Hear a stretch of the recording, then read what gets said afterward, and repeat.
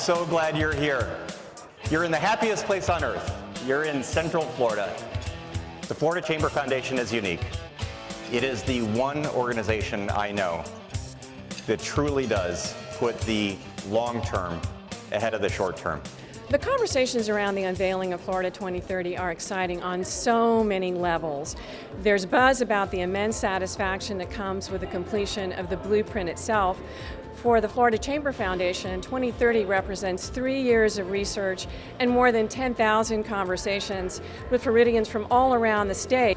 For the last decade, we have engaged in conversations about the long term over the short term, about making sure that we measured and assured accountability and transparency in everything we did.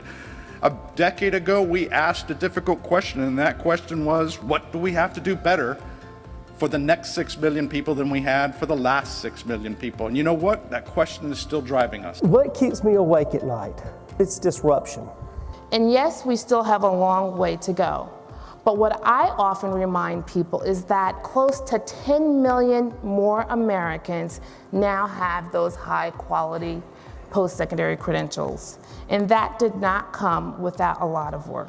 Our primary goal is to increase access to higher education for all Florida students, because we know that a college education can open the door to so many possibilities. And work to develop long-term, sustainable talent pipelines, not just for the business needs today, although that's very important, but how can we help identify those future skills for those jobs that we know don't exist yet?